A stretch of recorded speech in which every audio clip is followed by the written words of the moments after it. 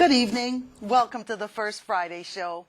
I'm Mililani Trask, and I'll be your hostess for this June 1st, 2012 edition of First Friday, the Unauthorized News.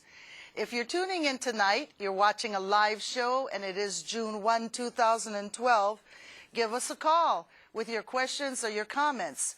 Tonight, we're going to be taking a look at our main story, the way that Native Hawaiian landowners feel about developing their land and participating in renewable energy as it moves forward in Hawaii, specifically geothermal. The number tonight, 834-2886. 834-2886. Joining me tonight, our regular commentator who is back from a trip she took last month. Welcome back to the show, Professor Manu Kaiama from the Center for Hawaiian Studies. Aloha. And also joining us tonight, we're very happy to welcome from the big island of Hawaii, representative of the Kealoha Estate, Kuulei Cooper, who is a trustee for the Kealoha Estate. Welcome to the show, Kuulei. Thank you for having me. Before we get to our main show tonight, we wanted to take a look at the unauthorized news segment and the topic, much concern, what is happening with the OHA Roll Commission and what are they going to be doing in order to get a budget from the Office of Hawaiian Affairs? Manu? Well, it's interesting. I was able to attend one of their informational meetings on a Saturday, probably a couple of months ago, with Ke'omoku. And at first I thought we were invited, but then I realized quickly that this was an informational session to try to secure some volunteers from the Royal Societies who were sitting in the audience. And when they started speaking, there were, I just can't help but feel like this roll call commission is just being called something different. It's really Kauinoa all over again. And there are many reasons why. One of the things that was said that I thought really stood out, and I still remember quite clearly, is that this is not funded by the state. OHA is funding all of this. And I thought to myself, OHA is the state. And I really thought that was kind of an interesting comment, how really. they already perceive themselves as non-state when they really are funded by the Office of Hawaiian Affairs. Another very interesting, I guess, fact that came to light was their budget. And so you were able to secure their budget and sent it over to me, and I was able to look at it. And it's already March of 2012. So this fiscal year is going to end somewhere in the summer, probably June of 2012. And in a budget of about $1.227 million, they've actually only spent $79,000, almost $80,000. So I wondered, does the leftover funding roll over into the next year? Do they lose it? I mean, different funding agencies do different things when you have what we would call, rollover monies or leftover monies or monies that are not expended. Right. So I thought this was very interesting.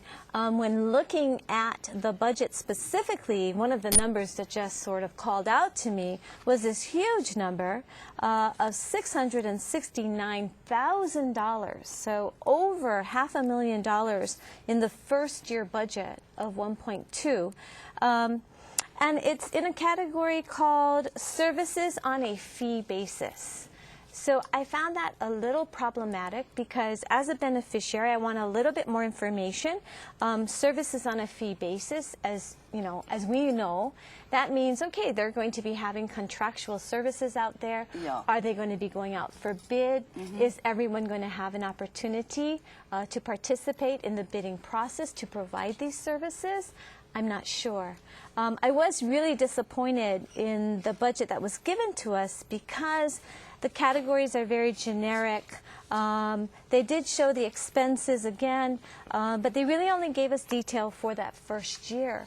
When that budget was forwarded to you, Mililani, there was a comment, I guess, in it that they had not finished or they had not completed their budget request for 2012-13 or 2013-14 as yet, and therefore the details were not available.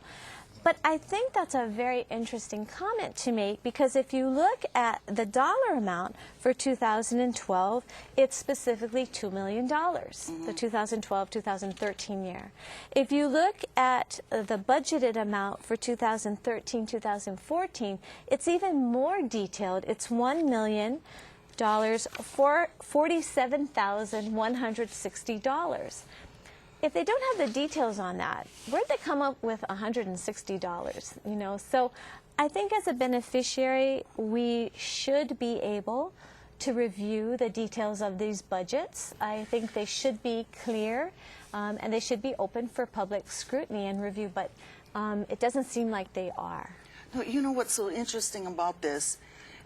From the time that the Roll Commission has passed, the First Friday show every 2 to 3 months has done an update on what's happening with the Roll Commission. Yes. And we do this update by calling the Big Island Commissioner, who's Lei Kuhoi. I mean, I have known her for many years. She's a Democratic Party member, precinct party member from the Kona side. She was appointed for Big Island, so I always call her and say, Lei, what's up? We're going to do the show. What do you have for an update? I called her several weeks ago and said, Lei, you know, we're going to be doing our show. Everyone is waiting for the budget. I haven't been able to get a copy of it. It's not posted on the OHA website. I told her I can't find it on your website. What's the secret? Where's the budget? She said, Mililani, you're absolutely wrong. She said the commissioners put together the budget, and it was hand-delivered to the OHA trustees 3 weeks ago by Clyde Namu'o. We had a meeting about it. He took the budget over there. And following that, we had another meeting, and he told us that he had gone in to discuss the budget need with the chair. I said, well, Lei, I just got through calling OHA. I called Trustee Lindsay's office. They didn't have the budget, so I called Trustee Akana. She didn't have the budget either. I figured, well, the one that should have the budget is their budget and finance person, who's Oz Stender, called his office. They hadn't seen the budget. She said the budget was hand-delivered to the chair of OHA, and I don't know why they will not give it to the trustees. I told her the trustees only told me that they've been told they got to give a blank check for $4 million, and some of them are asking questions because they're trustees of these funds. She said it's ridiculous. I'll call Suji over at the office. We'll send you a PDF. She said, I'm sending it to everyone on the Big Island who's been asking me. I've been doing it for weeks. I don't know why OHA doesn't have the budget. I see. So I got the budget through Lei Kuhoi and the Roll Commission office, and I sent it to the trustees who didn't have it. Question number 1. Why was the budget sent over and not shared with the Board of Trustees? And why are they being told now they have to approve over $4 million without even seeing the budget? But, you know, I really got to agree with you. When I looked at the budget, I have a lot of questions here. We're talking about 2012 to 2015. Total budget, $4,275,000. I looked at all the detail. They don't have a single cent to take anything out to the beneficiaries on Maui. No meeting set for Molokai. No meeting set for the Big Island. The briefing that you attended occurred here on Oahu. How are the Native beneficiaries supposed to review the plan and have input in it? How are the Native beneficiaries supposed to ask a question, where's our budget item? Aren't you coming to our island? Promises were made at the outset that they would come to the neighbor islands. 1 year has passed. This is June now. 1 year has passed. They have never gone to the neighbor islands, but they certainly all went up to the mainland and talked to people up there who are saying that they want a commissioner. I think what we need to do is really, number 1, have the Roll Commission come out to the community and tell us, why did they put this plan together? What is their vision for putting this nation and the enrollment together? And to take some questions on the budget, because I myself would like to attend and really ask in behalf of the Big Island. I think we're entitled to some public briefings, and it's not the job of the OHA trustees. It is the job of John Waihe'e Sr., Mahealani Kamau, Robin Danner. Lei Kihoi is certainly ready, willing, and able to come out to the community. She told me she hasn't been able to get her fellow commissioners to make that commitment and come and talk with their people. I think the budget is a huge budget, and you know, this is the third time around for us. How much money did we pay from OHA for the Kauinua? Geez, over 10 million, right? Over 10 million. Right. How much money did we pay from OHA for years of the failed Akaka bill for Robin Danner? What was the price tag on I that? have no idea. They still don't fess up on that one. Generally ballparking it at 25 million. So, you know, we're looking at 35 million spent on failed efforts relating to enrollment, and I think we need to draw the line. And I really back up those OHA trustees saying, we're not rubber stamping anything. We support the Roll Commission, but you provide the detail. And I think it's fair at this point in time to say we need them to come to the community and let us know what the heck is going on. And if they were to rubber stamp that $4 million, then they would really be, committing a crime of their fiduciary duty to us beneficiaries. I agree. So they But should you know, not be Manu, I doing think that. you really raise a good point here. If OHA, as a state agency, has contracts that they want to fill for services, the law requires that it has to be noticed, it has to go for bid, it's a public process. Yep. Now we're looking at a budget here with huge figures. Is this Huge. Roll Commission considered to be part of a state agency? Do they have to put these contracts out for bid? Who's going to get these contracts? First they said the enrollment was all going to be done by volunteers. Then when I look in the budget, I see $66,000 for 1 year to pay the volunteers. Who are the volunteers? Why are they being called volunteers if we're actually paying them $66,000? My guess is probably Robin Danner and her CNHA group and their membership will be getting these contracts, but I think we need a little more sunshine on this before we can pass it. And I myself think, you know, it's time for that Roll Commission to come out. Right. You know, I'm surprised that John Waihee Sr. wouldn't be the first one, because when he made his public statement on the Roll Commission, he said this is for the Hawaiian people and it will be done with their involvement and their input. Well, Big John, time to bring it out to the community. The second item that has come in, which I find is a very interesting item, has to do with something that has come up on the OHA agenda. We always look at it for the First Friday show so that we can keep people informed. Well, the OHA board agenda has come out now for Thursday, June 7th, 2012. And when I reviewed it, I noticed under item 6, executive session, which means it's closed and we're all kicked out. Item 6.3, here's an interesting item, commercial property acquisition. OHA is buying property. I thought that was very interesting because I hadn't seen it appear anywhere, either in the OHA newsletter that we get, no previous board discussions. So I called up. Wait a minute. Okay, you're saying it was listed under executive session. Yes, correct? which means that they will go into a closed session at and no this one time. can listen to that. That's correct. And executive session is usually used for personnel matters, right? Yes. Usually for legal liability matters or Yep. litigation, Yep. correct? I mean, potential litigation. Yeah. So how could they invoke this executive session to discuss the purchase of commercial property? Well, you know, this is a very interesting thing because this is what the agenda item says. Board of Trustees, commercial property acquisition. They're going to buy commercial property. Discussion and deliberations concerning the authority of persons designated by the board to negotiate the acquisition of public property, and attorney-client legal advisory by OHA Board Counsel Robert Klein and OHA Corporate Counsel Ernie Kimoto on questions and issues pertaining to the board's powers, duties, and immunities. So they're putting it under executive session so that their attorneys, Klein and Kimoto, can advise them about their powers and duties. The thing is that commercial property acquisition, when I looked at it under the Sunshine Law, it's real clear that the only thing that the public and the Hawaiian beneficiaries can be shut out is when the legal counsel advises them about their powers and the duties. I looked at the statute and I wondered, how do other bodies address this? So I called the Ethics Commission. The Ethics Commission told me to take a look at their agenda June 21, 2010. They said, take a look at that agenda. What you'll see is that when there's a matter of an attorney advising body about their duties and immunities, then and only then is that section of the discussion in executive session. All other things have to be made public. Then I called the Kaka'ako Authority, the Hawaii Community Development Authority, and I asked them about it.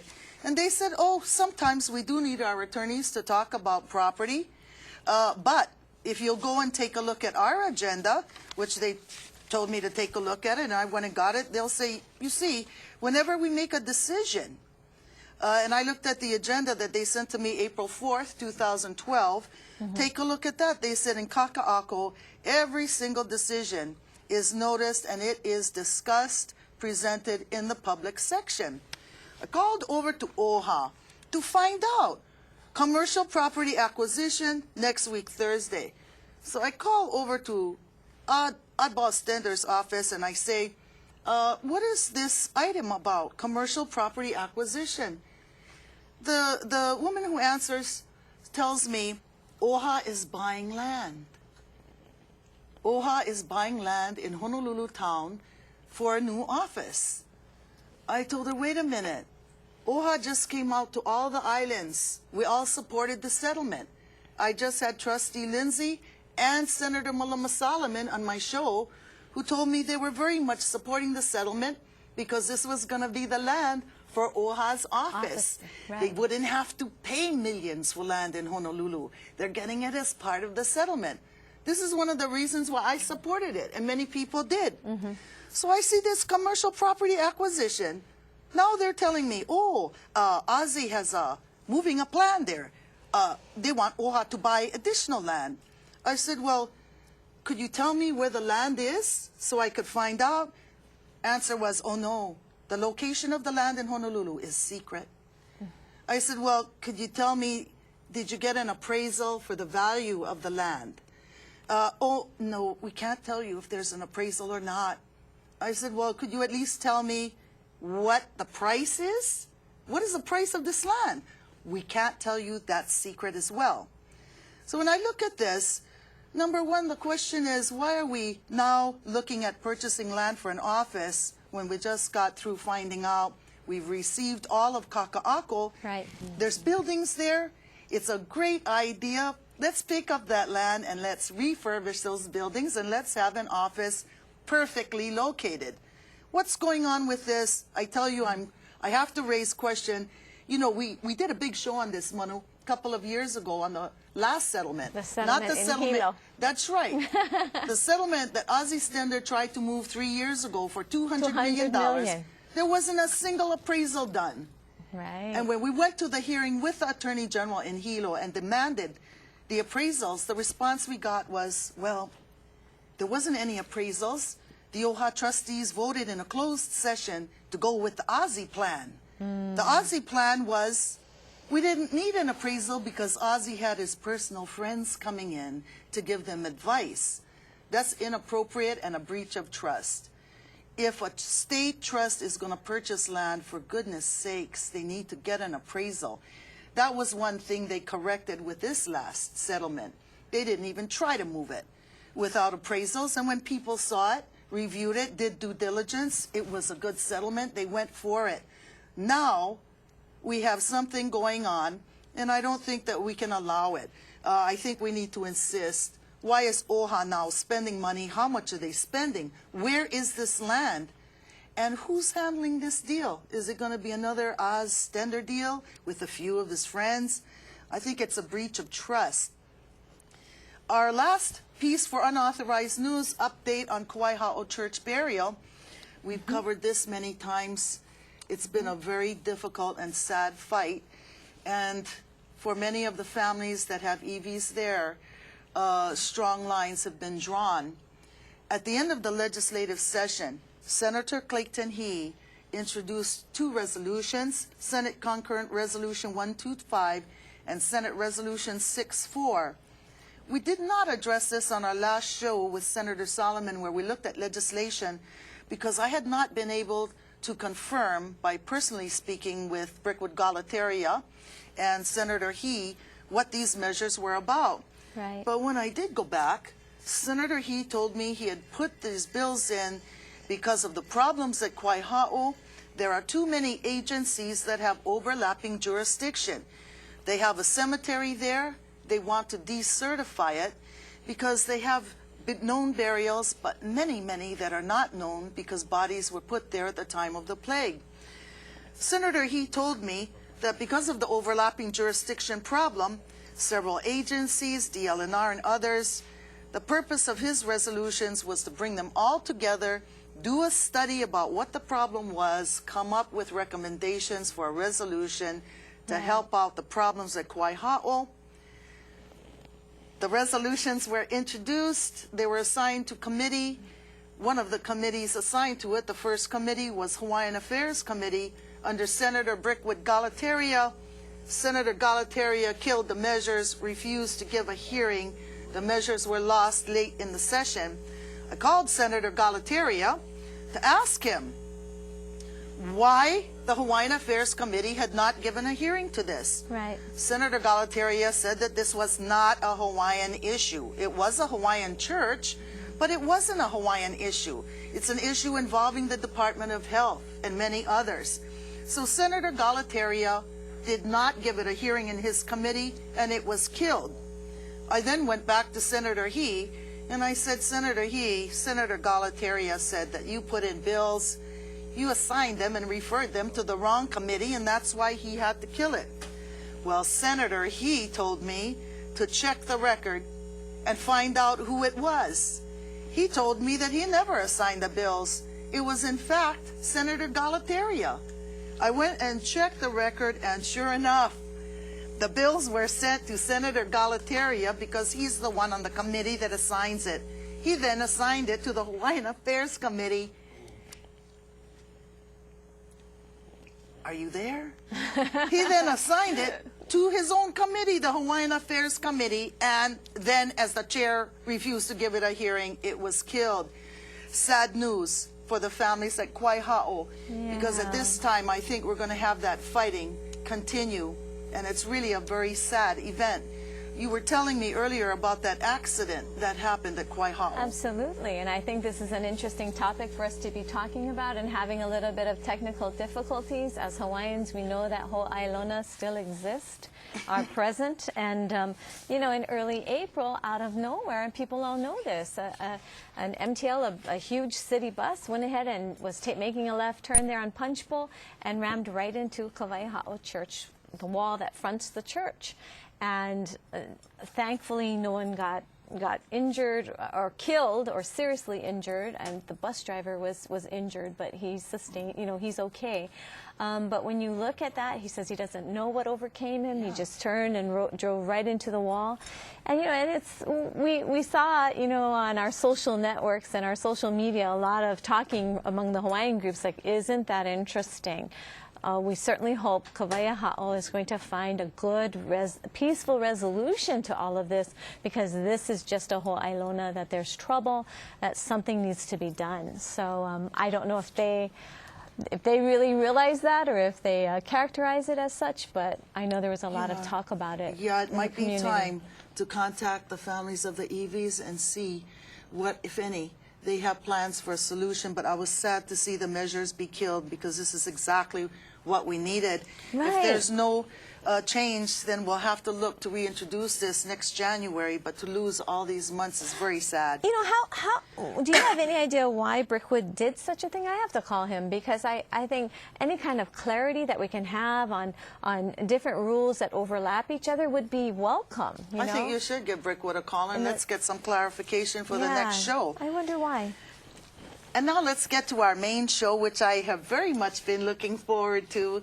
Welcoming to the show Kuulei Cooper from the Kealoha estate, whose family has figured very prominently in the history of our people, and whose lands are now being brought to the forefront by the estate itself, looking at renewable energy and geothermal development. Welcome to the show, Kuulei. Thanks for flying in Mahalo again from for the having beautiful me. Big Island. You know, I wanted to begin first by, you know, we always begin this way with our guests, and that is to ask you, tell us a little bit about your family. Well, Papa, James Kimo Kealoha, was only my papa, but in the state of Hawaii, in fact, before we became a state, he was elected, the youngest elected official in the territory of Hawaii as a representative. And, of course, my darling grandmother, who was his princess, Mililani Pelikumu Young Kealoha, had two lovely daughters, my mother and her sister, and no sons, so they had the two girls. And Papa mixed his family life very well in with his life as a statesman. In growing up, I recall very vividly the basic lessons he would give us. We're all the same. We put our pants on the same way. We all have aloha for each other, and yet we must learn the Western world when we became a state, and he was our first elected lieutenant governor in the state of Hawaii. But he had actually begun his public service during the territorial period. Yes, and then became county chairman of Hawaii, county or territory at the time. And it wasn't mayor in those days, it was county chairman. And he served several terms. You know, we have some photos consecutively of Jimmy Whipham Kealoha. But Yes. I wanted to talk a little bit about that name because he was called Whipham Kealoha. Yeah. My you know, he handsome was, papa. Yeah, he was just he looked Hawaiian Chinese. He was proud of it. Where did he get that name, Whipham Kealoha? He apparently held the highest record of votes that were for one candidate. In any given race that he won, he would win what they would call by a landslide at the time, where a minimum of 90% of the voting public would vote for Papa. Yeah, Well, that is a landslide. It was quite, quite interesting, and that's where he got the Whipham Kealoha from. Was everybody would say, "Wow, you just whipped the competition," but he was such a humble man that he really didn't take much to that name, except for when he campaigned again. It was Whipham Kealoha, and nowadays we hear it in songs and things. Yes, you very know? much in songs. But I believe he still holds that record for having quite a bit of votes come in. He never received less than 90% of the vote cast, and for his city council positions, he received 98% of the vote. He ran as a Republican. I think he was in his mid-20s when he came into politics. But what was so amazing to me, you know, Quinn was the first governor. They ran as a Republican team. Quinn would not have made it as a governor if it hadn't been for Jimmy Whipham Kealoha rolling the votes in. That's how Quinn got in. But the Republican Party never really recognizes that it was Hawaiian who pulled Quinn into office. There was quite a few old-timers, you know, in the Big Island, where I live now, of course, and was born, but we moved to Honolulu as a child when Papa became lieutenant governor. But I still, to this day, run across some of the few old-timers that really remember the good old days, as they call them. And they said it was Papa running was the reason that Mr. Quinn got elected as governor, as our first governor, was because of Papa's running with him as a mate, you know, on the ticket. And when you think about it, 1959, there were a lot of problems in Hawaii. Labor problems, there were problems with the military, which eventually came into the Macy case. But it was a time when there was ethnic division, there was political division. And then here comes Jimmy Whipham Kealoha, 90% of the vote. So Haoles voted for him, the military voted for him, immigrant workers voted for him, Hawaiians voted for him, and Republicans and Democrats both voted for him. Today everyone says Hawaii is a democratic state, but back then, when we first became a state, that was not the case. You know, when you had mentioned earlier your grandmother, Mililani Pelikumu, that name Pelikumu is of the Pele lines, and I'm wondering if you could talk a little bit about the genealogy that goes with that name. Well, Grandma's mother, my great-grandmother, named all of her children a name, both sons and daughters of the Pele family. And Grandma was Pelikumu. My Uncle Achang was Kealoha, and they all each had the long Hawaiian extended names. Grandma was, as I understand it, you know, in the old days they didn't really speak about those kind of things. It was very private, and the kids were to be seen and not heard. So what we learned was through my mother or my grandparents directly, not from my great-grandparents. But the thing with Grandma is her being pelikumu and Papa very much believing in what is our subject this evening is geothermal.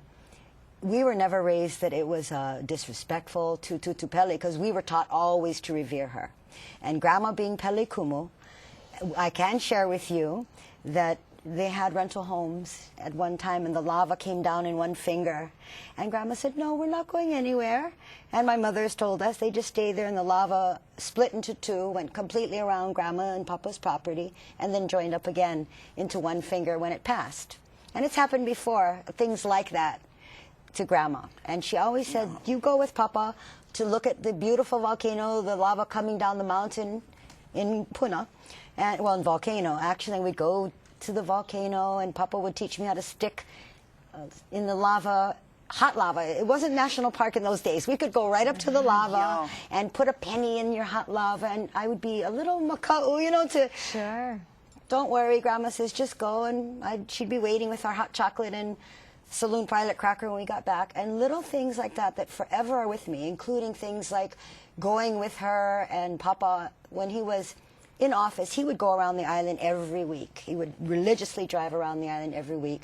One of the stops was down in Naupopo to go and see Auntie Iolani, Luahini, who, of course, we all know comes from Tutupele also, very much so. Yeah. And to see her and learn from her and people like her that we revere Tutupele. She is akua to us. Now, Kuulei, where are you living now? Where's your home? In Hilo. And our property is down in Puna, but I go down there often, of course, and see our family down on the Kaimu side. You know, now, I know you brought some photos. We have some photos of your family lands, but tell us about where the Kealoha estate lands are located. It's specifically in Poho'iki, which is at where the Isaac Holly Beach Park is located now, right adjacent to that. And it's a virtually oceanside all the way, a true ahapua that goes from Mauka to Makai. And it's a total of 510 acres, less 2.7 because the county put a bypass road through one of our parcels. This is a picture of it now. Yes. It's beautiful. And right there on the corner is Isaac Holly Beach Park. And we also, right on the main road on the Makai side, is where my grandma used to sit in our hot ponds. There are hot ponds there with red pie that I used to swim around when I was a kid and catch while she was soaking. She had terrible arthritis in her hands and feet. And when we'd pack papayas and work the land, which we did all our lives, until Papa passed away, she'd go and sit in this hot pond, and her fingers would be straight within 20 minutes or so. Wow. So I'd get the break in packing papayas and, working the fields, go with Grandma in the hot pond. And it was very healing for her. And this is part of the reasons that not only that it's our Ohana's land, but also because of how special it is to Grandma and Papa. Right. And I really want to make certain that in my job that he has given me, and his directives, and hers, both, that we take care of it for generations to come. So you have these lands in Puna area? It's all in the Puna area. And then also Opihikau? Opihikau is a separate piece. Yes, that is my great-grandmother's, my kuku mahalo, had, which is now conservation land, but it's right on the Makai side. And it's where we all learned to go pick opihis and limukohu and fish, and clean fish, too. One of the reasons why I had wanted you to come on the show, Kuulei, is because when we first began to take a look at this area, when you and I first began to work together a couple of years ago, really, I was impressed because your family, for generations, had this land in their keeping. Your grandmother had used the areas next to the ocean for healing, but your family had wanted, since the time of your grandfather, to do an energy development there, but did not want to have a negative impact on all those lands at the ocean. And they had this dream about this development that they've had for 50 years. He'll be gone. Papa will be gone 30 years this August. And in the late 1950s, Papa actually first traveled to New Zealand to figure out geothermal and learn and study it, because this is in the 50s, and told me as I was growing up that it would be the way of the future. And this is 55 years ago. And he traveled all the Ring of Fire, you know, the different areas, New Zealand, the Philippines, to gain information. He was a self-taught man, of course, growing up in Hilo, and going only to Hilo High School, where he still holds the record for the 100-yard dash, I might add. But he did travel extensively and taught himself specifically about geothermal, and did a lot of studying, and believed and told me directly from his mouth to my ear that it would be the way of the future. And here I sit with you 55 years later, as how old I am, and it's coming to fruition. We have had only one opportunity in the Big Island so far to do geothermal production. But it's been many, many years, and as we all know, it was a process that was not always pleasant. It was not handled a lot of, we all feel, properly maybe, and should have maybe had a better way to encourage the community to participate. And as Papa dedicated his life to public service, that's what my charge is to make certain that our community, that he dedicated his life to, and my grandmother dedicated her life to also, is part of the process, because it is owned by, the mineral rights are ours.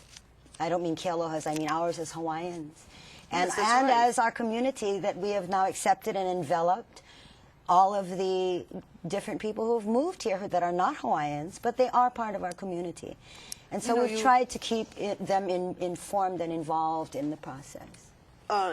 You had this plan, your grandparents had this plan to develop geothermal energy on part of their lands, but not the lands at the ocean side, right, where they were the hot springs that your grandmother went to yes, bathe and to get healed. We have a graphic here that I want to bring up, and this is the architectural drawing of the dream. And the dream was that there would be a development, and that money from it would be used to preserve the entire shoreline and keep it as a community park for all of the people of Puna.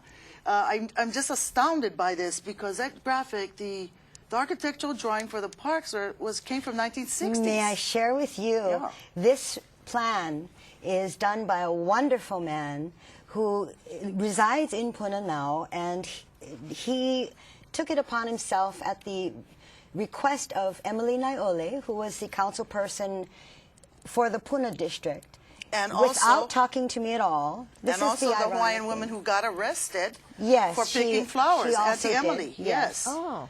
But she brought me this plan and said, Kuulei, I want to talk to you because I understand we need somewhere safe for the keiki, because they now currently swim down at Aizakale Park, where the boat harbor is. And it's quite busy there with the boats and the tour boats, seeing the lava. And since Harry K. Brown Park was overrun by lava, before, I believe, the Queen's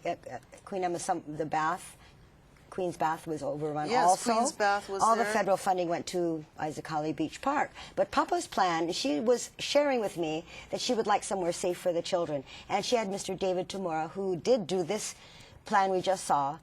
And she brought it to show me how beautiful it was. He had donated all his time to do this beautiful plan for the ocean Makai portion.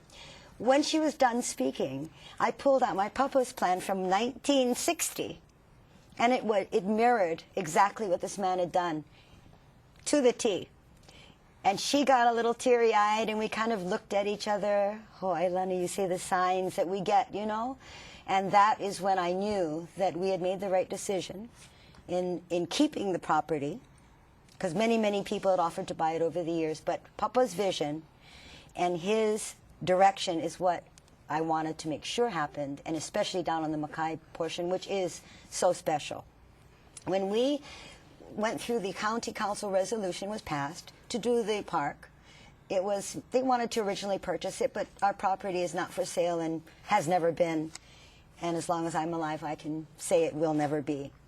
We will take care of it for generations to come and envelop all of our neighbors, family, friends, and make certain that our children and grandchildren have somewhere to be, and that we take control and keep control of what is ours and malama it, and not let someone else who doesn't understand the value to us as a family and our community what our property holds.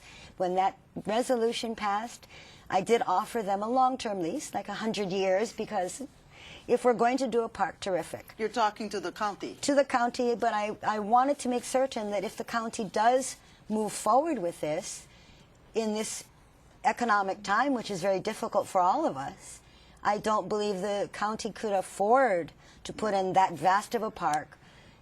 But I can see it as a community benefit that Papa always believed in. When you do a development, you help the community in that process. That's a basic to Papa. That's how we were taught.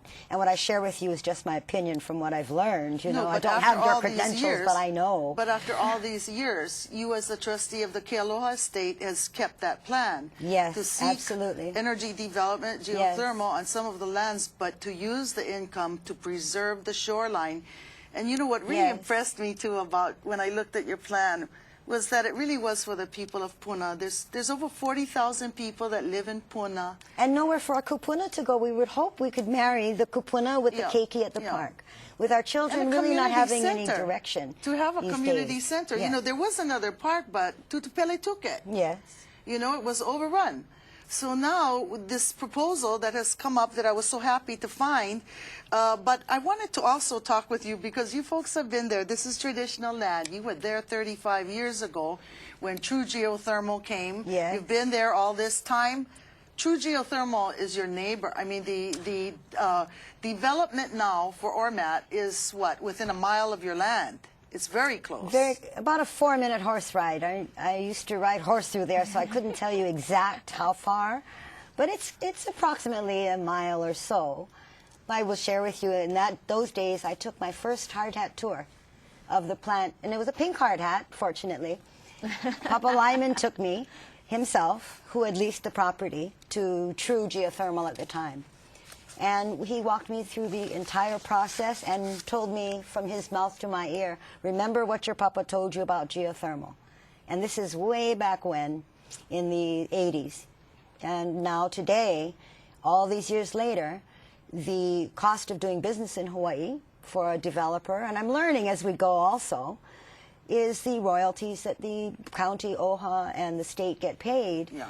And there really truly has not been to date any community benefit except for the county maybe using some of their royalties for road improvements, for example, or a community, something to do with... The bus, they purchased some buses. They purchased buses. And Puna is the largest growing community in our state, and I believe at one time in the nation. Puna has... on the big Well, island. the infrastructure is very poor. Very bad. It's, you know, needing a little bit of attention and some funding. It's a farming community, so it doesn't have a lot of industrial monies to go into things like sidewalks, fire hydrants, and road repair. So fortunately, that has been a plus, in, you know, that in a little bit of a way that the county used their funds from the royalties for the community benefits. But in this instance, we were hoping that once we do get something going on our own with the geothermal, now the subzones are no longer, our 500 acres, we hope, will be the source, because it was designated in 1989 by the University of Hawaii as a source, our property. So we knew that it was there. I just knew it was there because Papa told me, but when you have a scientific man saying, who has no dog in the race, as it were, that this is a source, it gives more weight to the process. In 1994, Mr. Barney Minor, who was a lovely man, he was a land manager for True Geothermal or PGV at the time. I'm shady. I forget which exact company he represented. He did come to us for a test drill, and then Helco doesn't buy any more, you know, power, so it's a catch-22 for the developer. If they can't sell the power, they can't drill. And then the poor man passed away. And Did they ever drill on your land? No. 1996 he passed away, and I hadn't heard from them in years. But now that geothermal's hopefully going to be part of the process, I'm not certain it's going to be all of the answer, but it's going to be a really big portion of it because it is a 24-hour, 7 days a week, from what I understand, energy. Solar, to date, may have new technology where they can have both at night and during the day, but if you can combine wind, solar, and geothermal, I hope that a perfect marriage, and I trust that the experts and the scientists will all figure out, for all of us who need to know what is going to be the best for our people. Yeah, we certainly need something on Big Island. Big Island is paying over 40 cents a kilowatt hour. The highest in the nation. And, yeah, the highest. I think Lanai and that's Kauai right. is right with the Big Island, but when you consider that geothermal energy is being produced on our island for 8 cents a kilowatt hour, and we're being billed at 40, and they're saying it will go to 55 or 60 cents by the end of this year. But these things, the renewal of the interest in energy, the energy crisis now also raises a lot of other issues that are affiliated with geothermal, and we had talked about and looked at some of them because there's many viewpoints now coming forward on geothermal and strong opposition. Palikapu Deadman having resurrected the Pele Defense Fund. About 70 haole from Puna who have filed repeated litigation and settled out claims receiving over $2 million from Ormat because the Ormat's plants problems, shutdowns, toxic discharges, blowouts, and these types of things, which many people blame on geothermal rather than blaming it on Ormat. But a big issue is the cultural issue. Right, right. And we were discussing that a little bit before the show began, and looking at cultural practitioners specifically. And I'm a hula practitioner. I'm not speaking for all hula practitioners, but I know some of the concerns that I would personally have is what is the footprint, on the land, and this is your personal kuleana. So that, I think, is something that is very admirable, that you want to go ahead and forward this as a community development project for the benefit of all people. But there's the concern that will this footprint be so large that it will interfere with our own gathering rights, when we look at force and we look at Nahelehele and we look at Pele and we look at Hi'iaki Kopolio Pele, her younger sister, Pele is, from my perspective and what I've been taught, is the creator. She is responsible for the creation of land, and Hi'iaka is responsible for the creation of the vegetation that will ulu and become lush, and then we are responsible for the care of that.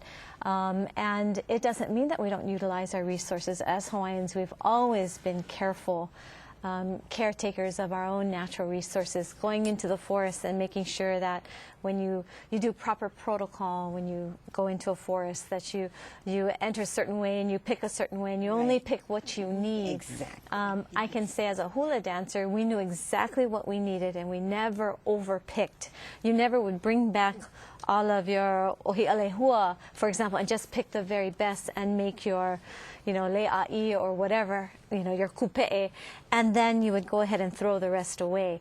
That never happened. You were supposed to know as a professional at hula exactly how much you needed, and you used every single bit that you picked. So there was no waste.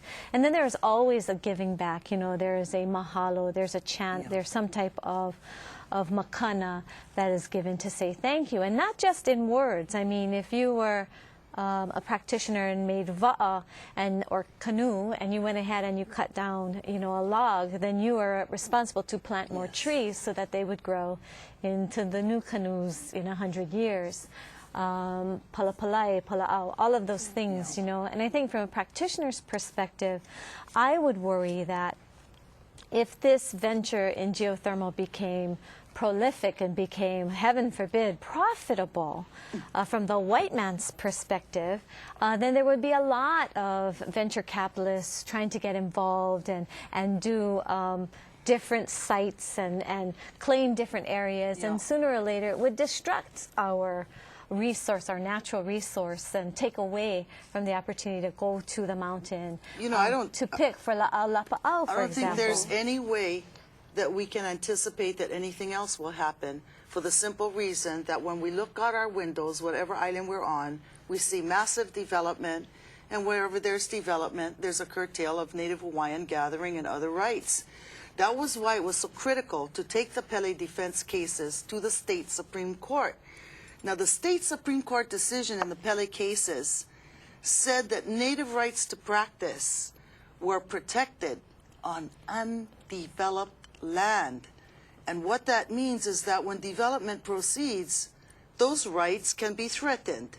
And that is why the development model must insist and must have restrictions to protect cultural uses. This is why I think a few months ago we had Robbie Cabral on to talk Right. about that development model. Right. But the point you're raising on the footprint, I think, is a very big one for all those looking at renewable energy. When you look at what is happening on Lanai, on Molokai, the entire island surface is being taken for wind. Wind and solar do not give you firm power, but they cover your land. They blanket every inch of it. Geothermal takes large acreage, but the development is very small. The footprint of the actual building is small, but the acreage is large because they need transmission lines to move the electricity and the steam out. But within the geothermal development area, there's significant acreage that is not developed. And there's no reason why Hawaiian people should not be allowed to go there, to gather, to worship. If we have rights on undeveloped lands, how can we lose those rights when development comes? It's a violation of those right holders. Right. So we have to insist that those rights are taken care of.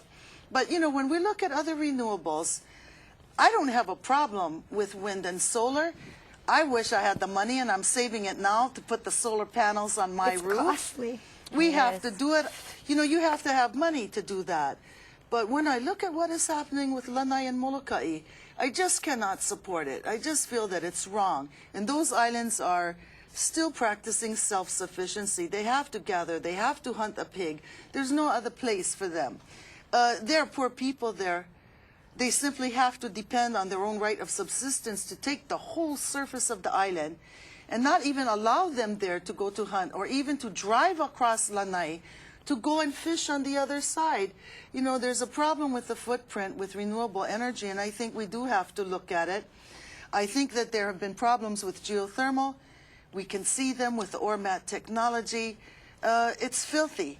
And it's not safe, and that's why there's been litigation. But for goodness sakes, you don't throw away energy because of a bad problem historically. We hope to learn from those mistakes and Yeah, go we do. forward. I agree and with if you. I may, please, thank you for sharing what you're talking about as far as our rights, cultural practitioners. We, as Hawaiians, cannot be locked out of our own property, too.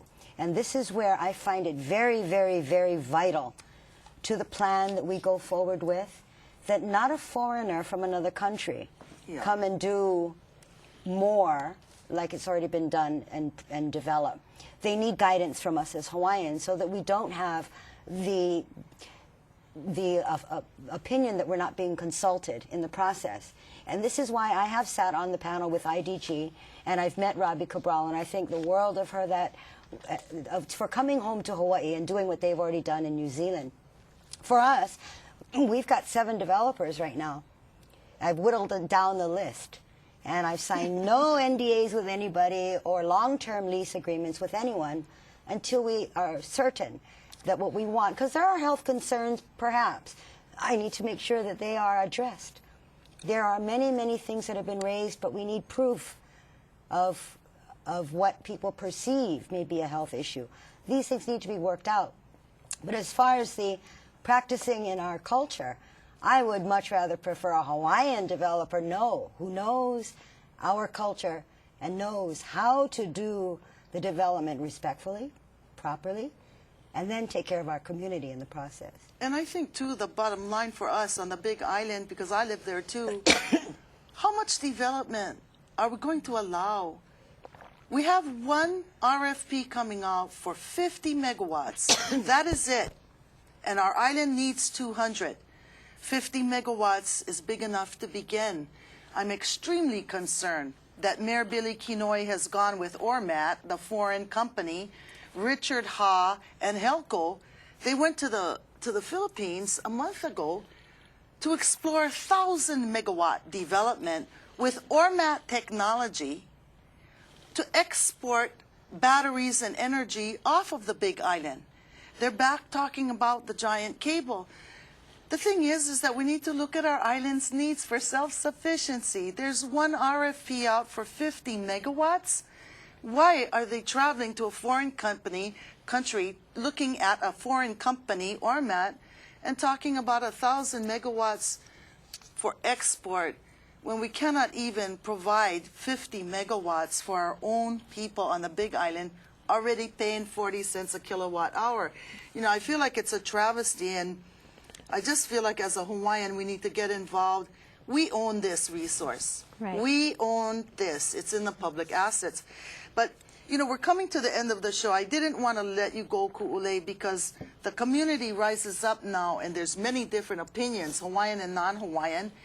But the Kealoha estate for several years has had this fair, or there's some kind of an event you have every year. We do. We're going back to the way of ahamoku. We go to the community first, and then we tell the government what we want, not vice versa, or we're trying to. So we've had a really good turnout, and we held it down at the Aizakali Beach Park, and we're having another one in August. Last time we had over 400 people. Wow. And of course, I did a little questionnaire with 5 loaded questions. Do you like geothermal? Or are you, solar? What would you like to see developed in our area? What do you think our community needs are? And over 400 people were very pro-geothermal, as long as we do it right.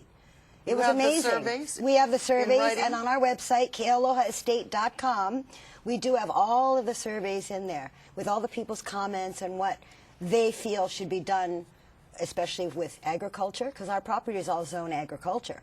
We could use a secondary usage for drying wood, for drying fruits. You know, like we discussed, you buy a papaya for 20 cents a pound. Yeah. You buy a dry papaya for $9 a pound. Right. Yeah. The farmers really need help. Yes. And our people, unfortunately, our Hawaiians are the ones that get their electricity turned off. So the main thing is to get our island taken care of first, Hawaii Island. 1,000 megawatts, I don't know, but I'm just hoping that the first RFP comes out and we get our island more self-sufficient before we go out further. Now, what date in August? What dates are August you looking at? 18th. And if people want to find out more about this, August 18th, how do they find out about the event? It's going to be on our website, kealohaestate.com. It already is. And I really hope everyone does come and join us and give us their mana'o and their feelings of what we'd like to see happen in the future as we all go forward. Who comes to the fair? How do a lot of Hawaiians, because we have plenty of food in kanikapila all day long. Well, there you have it. I want to thank you very much for coming on the show, Kuulei. Thank you for having me. I certainly will be coming down there in August, and I congratulate you for the work that you have done. Kealohaestate.com. I'll be looking for it. And I understand that you can also have a booth there or rent a table, huh? Yes, the county only charges $20 for a booth, and you can bring all of whatever you need to, your crafts or the, food or your information if you're a nonprofit organization or school. I'll be there. Great. Thanks so much for tuning in. Remember, you heard it first on the First Friday show. Good night. Thank you so much.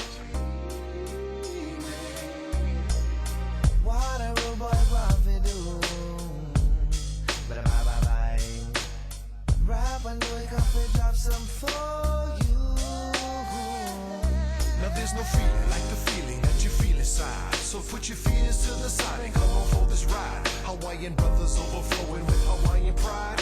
From the north, east and west, and to the south side. Now it's true, I'm Polynesian and Hawaii is my home.